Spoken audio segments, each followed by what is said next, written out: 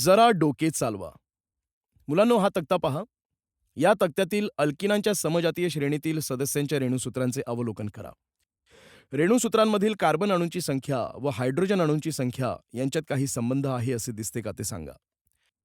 तक्त्यातील अल्किनांच्या समजातीय श्रेणीतील रेणूसूत्रांचे अवलोकन केले असता कार्बनची संख्या ही हायड्रोजनच्या संख्येने निम्मी आहे असे दिसते.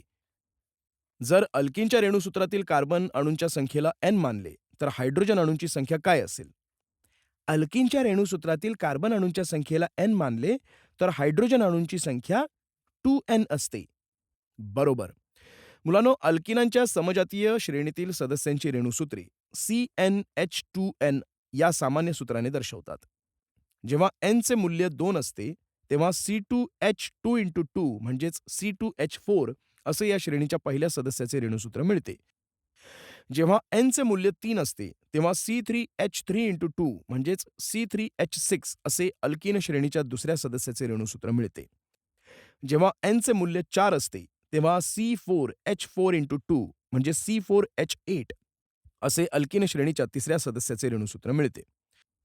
मुलांनो, आपण अल्किन श्रेणीतील सदस्यांचे रेणूसूत्र पाहिले. त्याचप्रमाणे अल्केनच्या सजातीय श्रेणीतील सदस्यांचे देखील एक रेणूसूत्र आहे. तर मग सांगा पाहू, त्यांचे सामान्य रेणूसूत्र काय असेल? या श्रेणीच्या पहिल्या सदस्यांसाठी n चे मूल्य काय आहे? अल्केन समजातीय श्रेणीतील सदस्यांसाठी सामान्य सूत्र CnH2n+2 असे असेल. या श्रेणीतील पहिल्या सदस्यांसाठी n चे मूल्य 1 आहे. बरोबर. याचप्रमाणे 2, 3 व 4 या सदस्यांचे मूल्य पुढील प्रमाणे आहे, ते नीट पहा.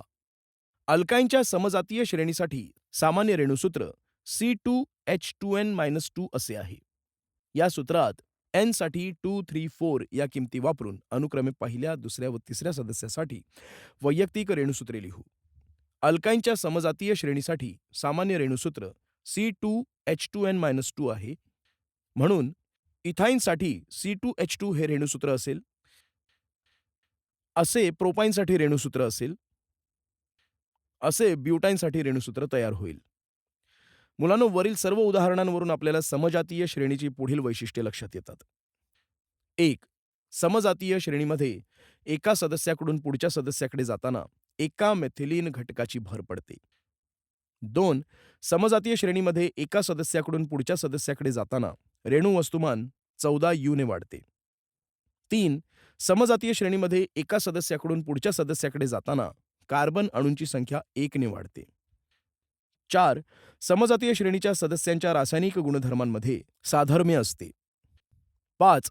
समजातीय श्रेणीच्या सर्व सदस्यांसाठी एकच सामान्य रेणूसूत्र असते. जरा डोके चालवा. मुलांनो, आपण या तक्त्यामध्ये जे क्रियात्मक गट पाहिले त्यांची आपण रेणूसूत्रे लिहूयात. क्रियात्मक गट हॅलो म्हणजे क्लोरो, ब्रोमो, आयोडो साठी रेणूसूत्रे पुढील प्रमाणे असतील. Chloromethane, chloroethane, chloropropane, chlorobutane. क्रियात्मक अल्टिहाइड CHO साठी रेणूसूत्रे ही पुढील प्रमाणे आहेत. Methanol, ethanol, butanol. क्रियात्मक गट कार्बोक्सिलिक आम्ल COOH साठी रेणूसूत्रे ही पुढील प्रमाणे आहेत. Methanoic acid, ethanoic acid, propanoic acid, butanoic acid. क्रियात्मक गट अमीन NH2 साठी रेणूसूत्रे पुढील प्रमाणे असतील. मिथेनामीन, एथिनामीन, प्रोपेनामीन, ब्युटेनामीन. अल्केनच्या समजातीय श्रेणीचे सामान्य सूत्र C2H2n+2 असे आहे. यावरून श्रेणीतील 8व्या व 12व्या सदस्याचे रेणूसूत्र पुढील प्रमाणे आहे. अल्केनच्या श्रेणीतील 8व्या सदस्याचे रेणूसूत्र C8H8x2+2 म्हणजेच C8H18 असेल. यास ऑक्टेन असे म्हणतात. त्याचप्रमाणे 12व्या सदस्याचे रेणूसूत्र n बरोबर 12 ठेवून C12H12x2+2 म्हणजेच C12H26 असे असेल. यास डोडेकेन असे म्हणतात.